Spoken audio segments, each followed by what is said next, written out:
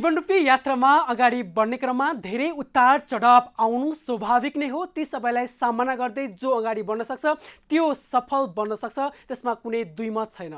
तर यसरी अगाडि बढ्ने क्रममा कोही प्रख्याति त कोही कुख्यातिले गर्दा चर्चाको विषय बनिरहेका हुन्छन्। त समय सँगसँगै विभिन्न कुरा चर्चाको विषय बन्ने क्रममा यति बेला कोरोनाको कहरमा हामी रहँदै गर्दा कोरोना चर्चाको विषय बनिरहेको छ। यो बीचमा के कस्ता काम गर्दै गर्दा हामी नेपालमा कोरोनाको संक्रमणलाई रोकथाम गर्न सँगसँगै देशको अर्थतन्त्रलाई बचाउन सक्छौँ भन्ने बारेमा आजको हट टक केन्द्रित छ। तपाईँ सम्पूर्ण दर्शकवृन्दलाई म हार्दिक स्वागत गर्न चाहन्छु। विश्वास पाण्डे।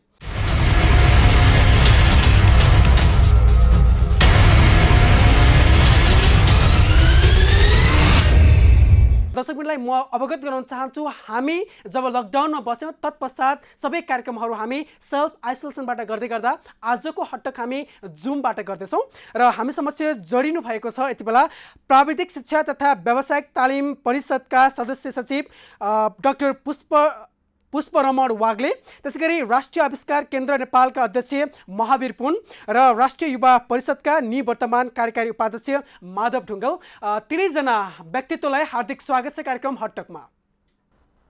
नमस्कार। र सबैभन्दा पहिला म सिटिभिटी यानि कि प्राविधिक शिक्षा तथा व्यावसायिक तालिम परिषदका सदस्य सचिव समक्ष जान चाहे। हुन त यो जुन परिषद छ यसले वास्तवमा सिपमूलक तालिमहरू दिँदै आएको र सोही अनुसारका पठन पाठन गर्दै आएको हामी भनिरहेका छौँ।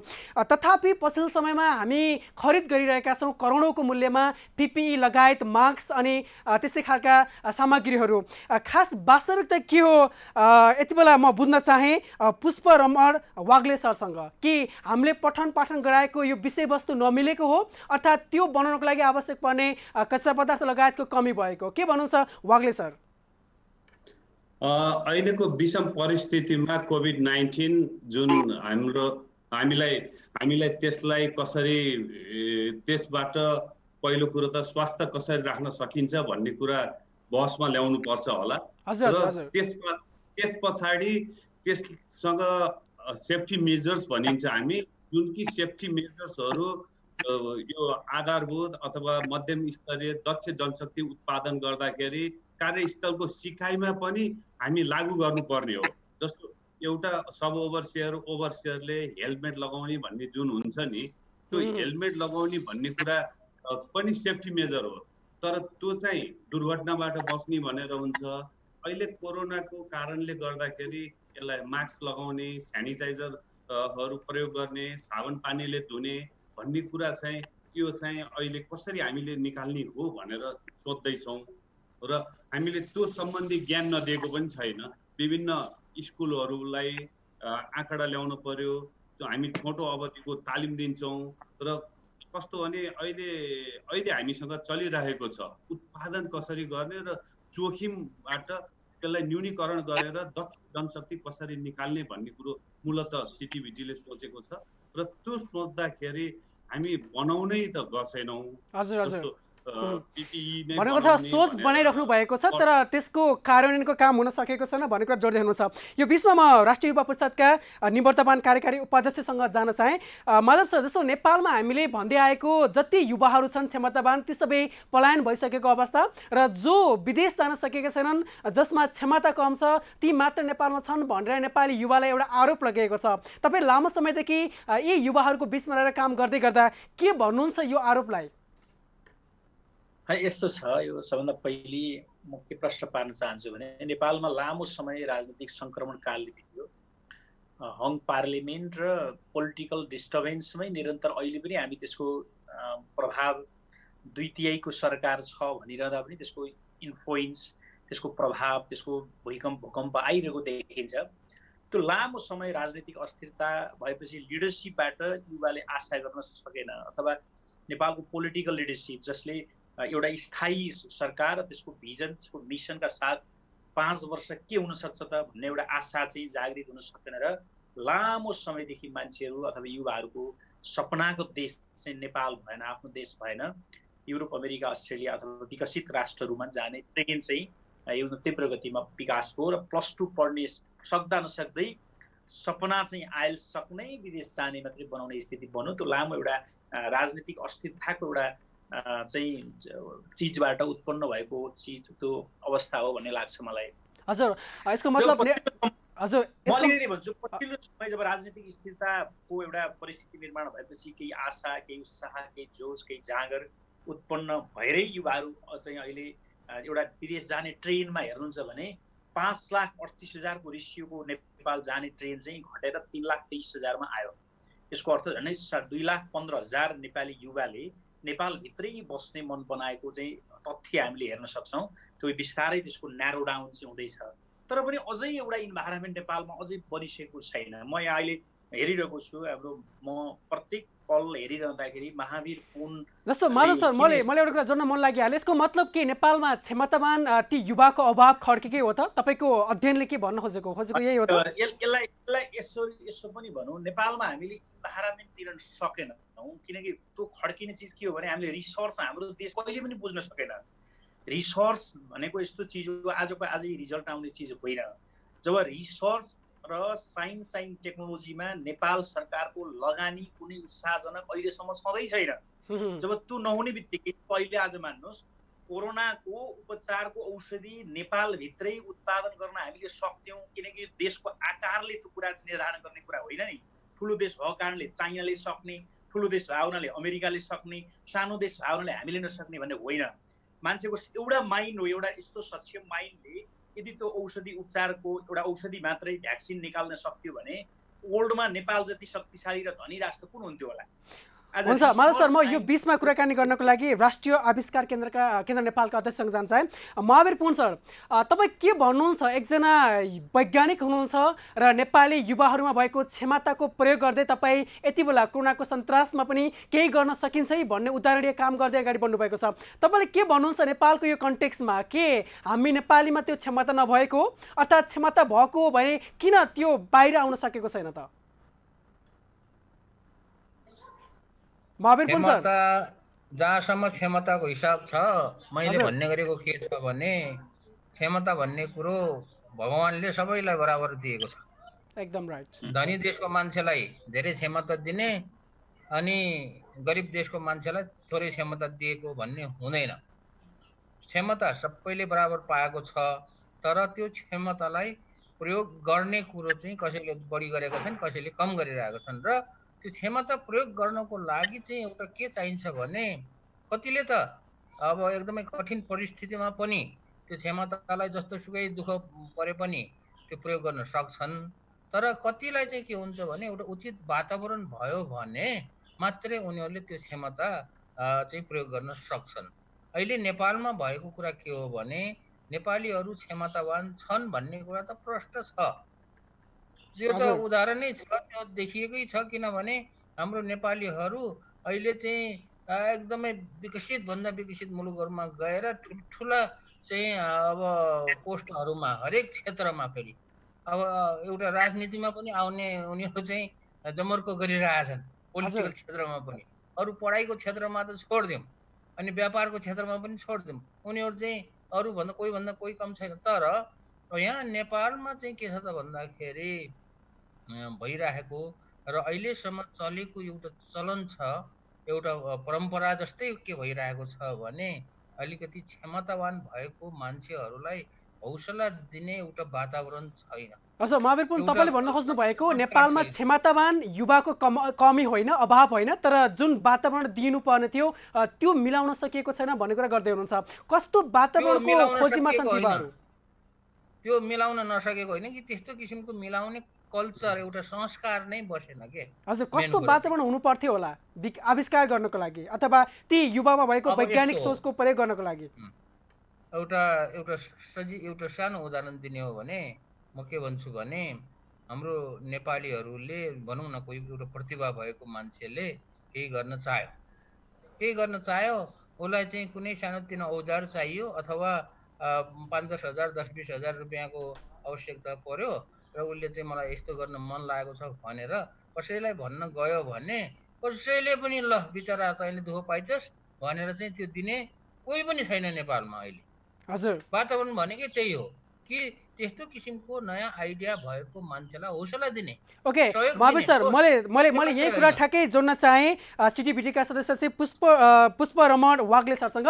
वाग्ले सर, के वास्तविकता यही हो त? चाहेकाहरूलाई पनि वातावरण नमिलेकै हो त? तर तपाईँहरू त जुन एउटा प्राविधिक शिक्षाको पहुँचमा धेरै ल्याउने काम गर्दै अगाडि बढिरहनु भएको छ भनेपछि प्राविधिक ज्ञान भएकाहरूलाई पनि जोड्न नसकेको अवस्था हो त?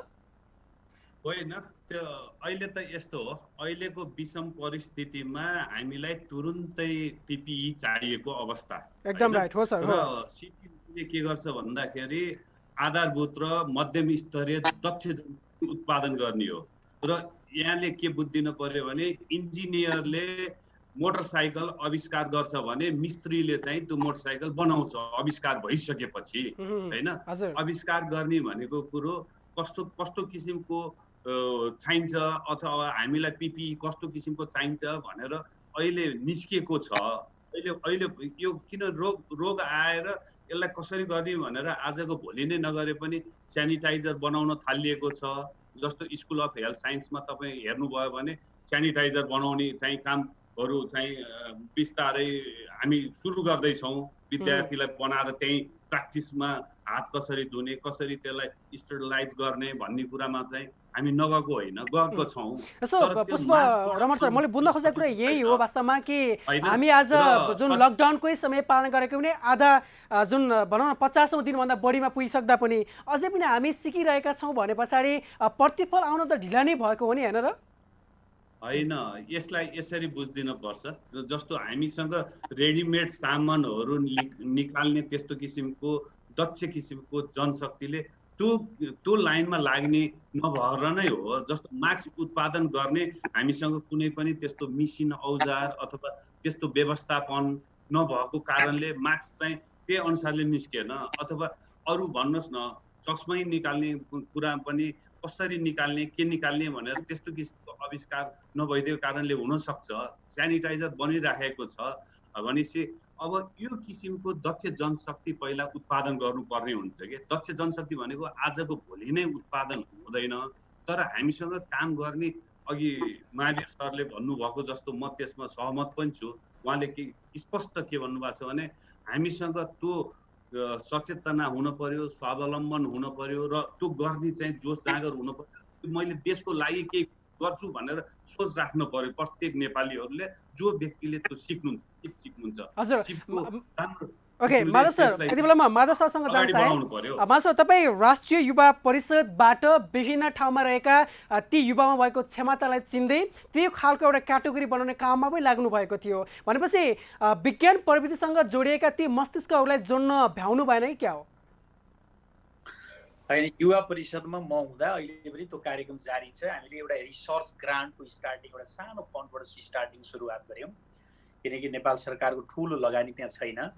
र हामीले नै युवा परिषदको पहल कदमीमा 7वटा प्रदेशमा युथ इनोभेसन सेन्टर निर्माण गर्ने भनेर एउटा छलफल बहसको लागि एउटा चाहिँ प्रक्रियाको थालनी गऱ्यौँ। र अहिले youth incubation and innovation centre निर्माण गर्ने गरी पूर्वाञ्चलमा मदन भण्डारी स्मृति प्रतिष्ठान, त्यहाँको प्रदेश सरकार र युवा परिषदको त्रिपक्षीय चाहिँ एउटा चाहिँ संयोजनमा चाहिँ त्यहाँ चाहिँ इन्कुबेसनको कामको स्टार्टिङ यसै वर्ष सुरुवात हुने गरी अगाडि बढेको छ। त्यसै गरी काठमाडौँ विश्वविद्यालय युवा परिषदको साझेदारीमा काभ्रेको चाहिँ नमोबुद्ध गाउँपालिकाको एउटा स्पोर्टलाई लिएर इनोभेसन र इन्कुबेसनको काम सुरुवात गर्ने र त्यो कामको सिलसिलामा हामीले के सोचिरहेका छौँ भने एउटा स्टेजमा पुगिसकेपछि हामी यो काम एक्लै होइन, महावीर पुनको माइन्ड पनि त्यससँगै जोडेर उहाँहरूले जे गर्नुभएको छ त्यो सबै चिजलाई रिकग्नाइज गर्ने गरी जान सकिन्छ कि भन्ने हिसाबले पनि छलफल चाहिँ भइरहेछ। उहाँसँग पनि अलिक पटक पटक कुराकानी भएको हो।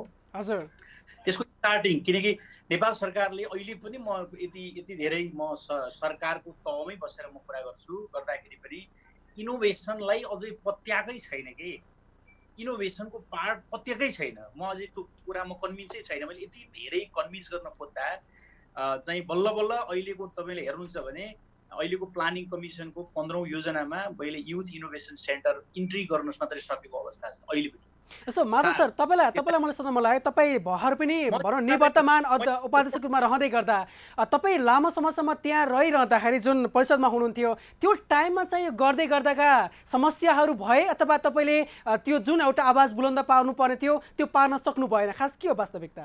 त्यसो पनि होइन, मैले आवाज बुलन्द पनि बनाएकै हो। त्यो अहिले एउटा कामको स्टार्टिङ पनि भएकै छ, त्यो विस्तार हुन्छ, अगाडि बढ्छ। अब मलाई केही समयभित्र महावीर पुनले सरकारसँग गुनासो गर्ने स्थिति आउँदैन भन्ने मलाई लागिरहेछ। ओके, यसका बावजुद माधव सर म महावीर पुनसँगै जान्छ है। सो महावीर पुन सर, तपाईँलाई मेरो प्रश्न सोध्न मन लाग्यो कि तपाईँ यी यावत समस्याका बावजुद पनि तपाईँ ऋण पनि सरकारसँग मागिरहनु भएको थियो, तथापि सरकारले तपाईँलाई नपत्याउँदै पनि तपाईँ यति बेला पिपी निर्माण गरेर देखाइसक्नु भएको छ। कृपया छोटकरीमा दिनुहोस् न, कसरी पिपी निर्माण सफल भयो? हजुर महावीर सर। यो धेरैलाई चाहिँ के थाहा नभएको कुरा के हो भने हामीले पिपी निर्माण गर्ने काम चाहिँ कुनै एउटा पूर्व योजनाबाट सुरु गरेको होइन, यो अचानक सुरु गरेको काम हो। यो चाहिँ त्यो पनि सरकारले लकडाउन गरेको भोलिपल्टदेखि मात्रै म आफैले प्रष्टसँग के भन्छु भने पिपी भनेको के हो, यसले के काम गर्छ भन्ने कुरा लकडाउन सुरु हुने दिनसम्म मलाई थाहा थिएन। हजुर, हेर्नुहोस्, अनि लकडाउन सुरु भएको भोलिपल्ट मलाई चाहिँ टिचिङ हस्पिटल, वीर हस्पिटल र धरान अस्पतालको डाक्टरहरूले फोन गर्नुभयो र ल तपाईँले अलिअलि यो के अरे पिपीहरू बनाइदिनु पर्यो, चाहियो भन्नु भन्यो। अनि बल्ल मैले पिपी भनेको के रहेछ भन्ने कुरा मैले थाहा पाएँ। त्यो भनेको पर्सनल प्रोटेक्टिभ इक्विपमेन्ट भन्ने रहेछ। अनि त्यो कस्तो हुन्छ मलाई थाहा थिएन। त्यस कारण मैले उहाँहरूलाई के भने त्यसको स्याम्पल पठाइदिनुहोस्, म हेर्छु र हामीले बनाउन सकिने रहेछ भने बनाउँछु भन्ने बित्तिकै त्यही दिन चाहिँ धरानबाट चाहिँ त्यसको भोलिपल्ट आयो। त्यो काठमाडौँबाट चाहिँ त्यही दिन हामीलाई चाहिँ त्यसको स्याम्पल पठाइदिनु भयो। मैले त्यो देखाएँ साथीहरूसँग, हाम्रो आविष्कार केन्द्रमा छलफल गरियो र त्यसको लागि बनाउने मेटेरियल कहाँ पाइन्छ भनेर खोजियो। खोज्दाखेरि केही मेटेरियलहरू पाइयो र त्यो सिलाउनको लागि के अरे दर्जी चाहियो, टेलरहरू चाहियो। अब टेलरहरू कहीँ खोज्दाखेरि सबै बन्द भएको हुनाले सबै घर गएको भन्ने भयो। त्यसपछि मैले फेसबुकमा चाहिँ ल मलाई टेलर चाहियो, यस्तो पिपी बनाउनु पर्यो भनेर फेसबुकमा हालिसकेपछि विभिन्न गार्मेन्ट कम्पनीहरूले हामीसँग केही टेलरहरू छन् भनेर सम्पर्क गरेर त्यस किसिमले सुरु गरेको हो। हजुर, अहिलेसम्म कति पिपी बनाइसक्नुभयो महावीर सर? अहिलेसम्म हामीले 7000 भन्दा बढी पिपीहरू बाँडिसक्यौँ र अरू बनाउने क्रममै छौँ। तर अहिले चाहिँ यो त्यसको कच्चा पदार्थ सिद्धिएको हुनाले अब अरू बनाउनको लागि त्यो जुन पिपीको बनाउने मेटेरियल थियो त्यसको अल्टरनेट मेटेरियल चाहिँ अहिले हामीले खोजिरहेका छौँ। ओके, डाक्टर वाग्ले सर, भनेपछि तपाईँले के भन्नुहुन्छ? अब तपाईँ सिटिभिटीको सदस्य सचिव हुँदै गर्दा अघि पनि भन्नुभयो कि अकस्मात गर्न सकिने कामहरू गाह्रो हुन्छ भन्दै गर्दा महावीर पुन एउटा उदाहरण हुनुहुन्छ जसलाई थाहा नै थिएन पिपी भनेको के हो केही समय अगाडि, तर थाहा पाए पश्चात 7000 भन्दा बढी बनाएर बिक्री पनि गरिसक्नु भएको छ। भनेपछि सिटिभिटीमा त यस्ता खालका काम गर्ने अथवा यस्तो खालको ज्ञान पाएका धेरै विद्यार्थीहरू छन् होला, पास आउट पनि भइसकेको अवस्था छ, उनीहरूलाई प्रयोग गर्न सकिँदैन? यसो पिपी बनाउनलाई अघि महावीर सरले भने जस्तै पिपी को मात्र नभएर सर अरू पनि छ। जस्तो यहाँनिर सेनिटाइजर तपाईँले अहिले जोड्नु भएको थियो, मास्कको कुरा भयो, पन्जाको कुराहरू भयो, जुन हामीले करोडौँमा किनिरहेका छौँ। पिपीकै कम्पोनेन्टमा मास्क पर्ने हो। हजुर हजुर हैन, र तपाईको सेनिटाइजर हामी सुरु गर्यौं र पिपी बनाउनको लागि सिलाइको कामहरू सिक्नु पर्ने हुन्छ, शेपहरू मिलाउन पर्ने हुन्छ र सिटिभिटीले भनेको दक्ष जनशक्ति उत्पादन गर्ने हो। र कस्तो दक्ष जनशक्ति उत्पादन गर्ने, पिपीलाई कस्तो किसिमको मान्छे चाहिन्छ र उसले के स्किल सिक्नुपर्छ भन्ने कुरा हामीले ट्रेनिङ दिनुपर्छ। ट्रेनिङ दिइसकेपछि उत्पादन लाग्छ। सिटिभिटी आफैमा उत्पादन गर्ने निकाय होइन र त्यसले चाहिँ सिप दिने निकाय हो। जस्तो महावीर सरले हामीलाई सिकाउनु भयो, हामी स्किल स्ट्यान्डर्ड बनाउला अथवा करिकुलम बनाउँछौँ, करिकुलम बनाएर हामी ट्रेनिङ दिन्छौँ। ट्रेनिङ दिइसकेपछि अनि बल्ल त्यो व्यक्तिहरूले उत्पादन गर्ने हो र त्यसकारण अलिकति यहाँले रोल एन्ड रिस्पोन्सिबिलिटी नि फरक चिज हो हैन। हजुर, जस्तो त्यही काम अहिले हामी गर्न सक्दैनौँ डाक्टर वाग्ले, तपाईले जुन भन्नुभयो नि त्यही काम हामी अहिले गर्न सक्दैनौँ। जसरी महावीर पुनले आफै तालिम लिनु भएको त होइन, कसैको अध्यायमा। यहाँलाई मैले अलिकति मात्रै भन्न खोजेँ, 1 मिनेट मात्रै समय दिनुहोस्। र कस्तो अनि पिपीलाई चाहिने के हो त स्किल, के स्ट्यान्डर्डहरू के चाहिन्छ, कस्तो किसिमको व्यक्ति चाहिन्छ र उसले के जान्नुपर्छ भन्ने कुरा पहिला बन्नुपर्छ। त्यो बनिसकेपछि त्यो किसिमको तालिम दिनुपर्छ, त्यसलाई तालिम दिएपछि उसले बल्ल उत्पादन गर्छ होइन। त्यो चाहिँ प्रोसिड्युर हो के, उत्पादन गर्ने होइन र सिकाउने हो। जस्तो महावीर सरले चाहिँ मैले बनाएँ म अथवा 7,000 गरेँ भन्नुभयो, उहाँसँग हामी सहकार्य गरेर के गर्न सक्छौँ भन्दा त्यस्तो किसिमको तालिम दिने व्यक्तिहरू खोज्छौँ। जस्तो माधव सरसँग त्यस्ता व्यक्तिहरू हुन्छन्, माधव सरसँग सहकार्य गरेर व्यक्ति ल्याउने, तालिम एउटाले व्यक्ति छनौट गर्छ, एउटाले तालिम दिन्छ, अर्कोले बनाउँछ। हामी चाहिँ बनाउनमा सक्षम छौँ। कस्तो भन्दाखेरि जस्तो डाक्टर वाग्ले मैले बुझ्न खोजेको कुरा के हो भने हामीले आर्जन गरेको ज्ञानको अन्तिम त्यसको जुन लक्ष्य भनेको त त्यो कार्यान्वयनमा आउन सक्छ सक्दैन भन्ने कुरा हो। भनेपछि प्राविधिक ज्ञान पढेका अथवा त्यो ज्ञान आर्जन गरेका अथवा ज्ञान दिएका ती सबै व्यक्तिहरूबाट जुन अहिले आवश्यकता महसुस गरिएको छ नि त्यो अनुसारको काम हुन नसक्दाखेरि यसको प्रतिफल के त भन्ने पनि प्रश्न आउँछ। के भन्नुहुन्छ त? होइन, यस्तो हो, अहिले पिपी नै भनेर हामीले कसैलाई पनि त्यो किसिमको टास्क सिकाएको छैनौँ, स्किल सिकाएको छैनौँ तपाईँहरूलाई। किनभने लकडाउन हुनभन्दा अगाडि मात्रै पिपी भन्ने थाहा भयो।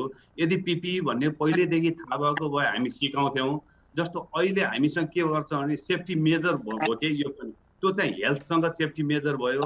अरू हेल्थसँग सेफ्टी मेजरहरू सिकाएको भएर त्यो अनुसारको प्रयोग गरेका हुन्छन्। जस्तो ओभरसियरहरू हेलमेट लाउने, ग्लोभ्स लाउने अथवा बुट लगाउने अथवा चस्मा बाहिरबाट ल्याएर लगाउने त्यो हुन्छ। उत्पादनकै हिसाबले चाहिँ भन्दा पनि हामीले सिप कसरी दिन सकिन्छ भनेर। डाक्टर वाग्ले अन्तिममा एउटा तपाईँलाई सोध्न मन लाग्यो, जस्तो 102 वर्ष अगाडिको एउटा समय थियो जहाँ 2 वर्षसम्म स्पेनिस फ्लूले गर्दा धेरैको ज्यान लिएको थियो। के थाहा यो कोरोना पनि त्यो अवस्थामा पुग्ने हो कि भन्ने हिसाबले। भनेपछि अब पनि तपाईँहरू ती व्यक्तिहरूलाई प्रयोग गर्न सक्नुहुन्छ कि हुँदैन? अन्तिममा होइन, व्यक्ति प्रयोग गर्न नसक्ने भन्ने नै छैन। भनेपछि अब काम सुरु हुन्छ होइन त?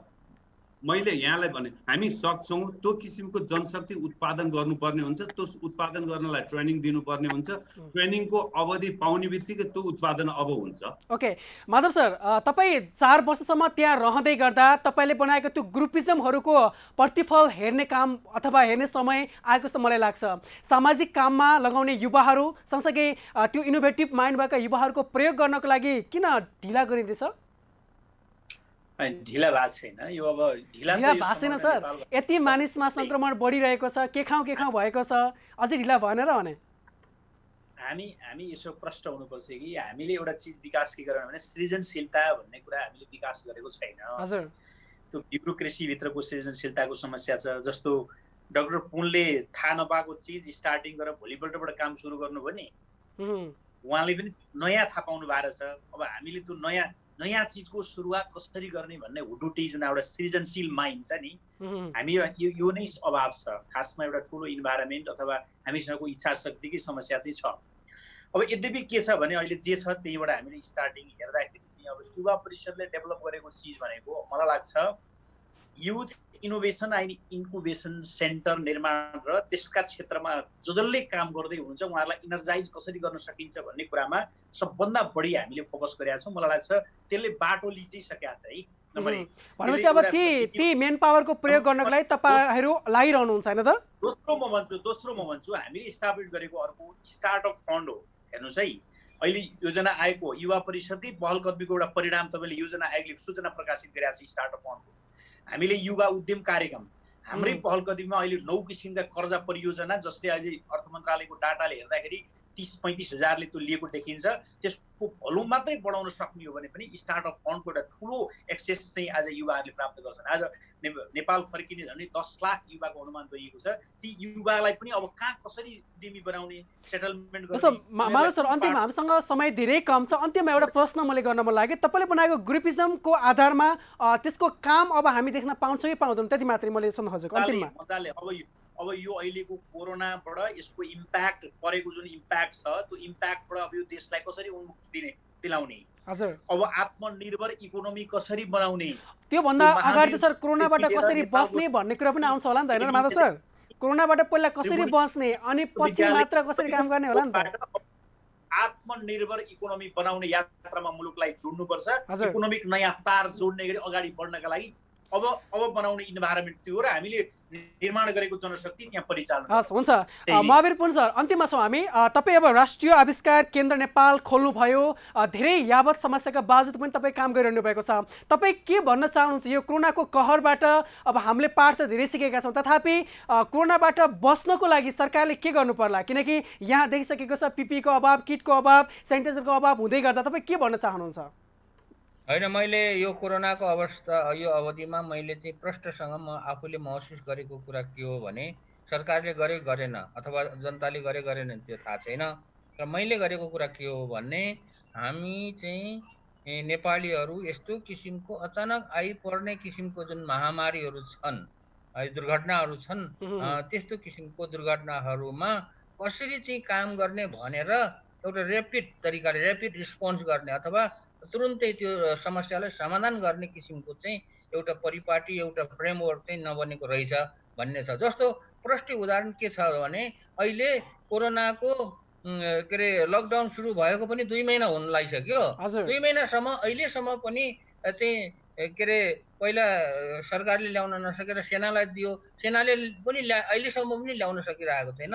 त्यो मुख्य कारण के छ त भन्दाखेरि यस्तो किसिमको इमर्जेन्सी अवस्थामा पनि साधारण अवस्थामा चलेको चलन अनुसार चाहिँ प्रोक्युरमेन्ट गर्ने अथवा सामान किन्ने, त्यसलाई चाहिँ समस्यालाई समाधान गर्ने भन्ने किसिमको चाहिँ एउटा चलन छ, परिपाटी छ। हामी त्यही परिपाटीमा चलेको हुनाले अहिलेसम्म चाहिने पिपी नआउने अथवा भनेपछि हामी चुस्त तरिकाले काम गर्नु पर्यो, धेरै हेलाचक्राइ अथवा ढिला गर्नु भएन, र यस्ता सामग्री मगाउनहारी पनि कताबाट कमिसन बढी आउँछ भन्ने बारे सोच्नु भएन भन्ने तपाईँको भनाइ हुन्छ। कार्यक्रममा यस्तो किसिमको चिजहरू यस्तो किसिमको समस्यालाई हल गर्नको लागि छुट्टै किसिमको नीति नियम बनाउनु पर्छ। त्यो नीति नियम नबनेको हुनाले हामी पुरानै नीति नियम अनुसार चल्न खोजेको हुनाले यो अहिलेको अवस्था आएको हो। मेरो भन्ने कुरा चाहिँ यही हुन्छ। हटकमा आइदिनु भयो, समय दिनुभयो। म सिटिबिटीका सदस्य सचिव पुष्परमण वाग्ले सर, त्यसै गरी राष्ट्रिय आविष्कार केन्द्र नेपालका अध्यक्ष महावीर पुन सर, त्यसै गरी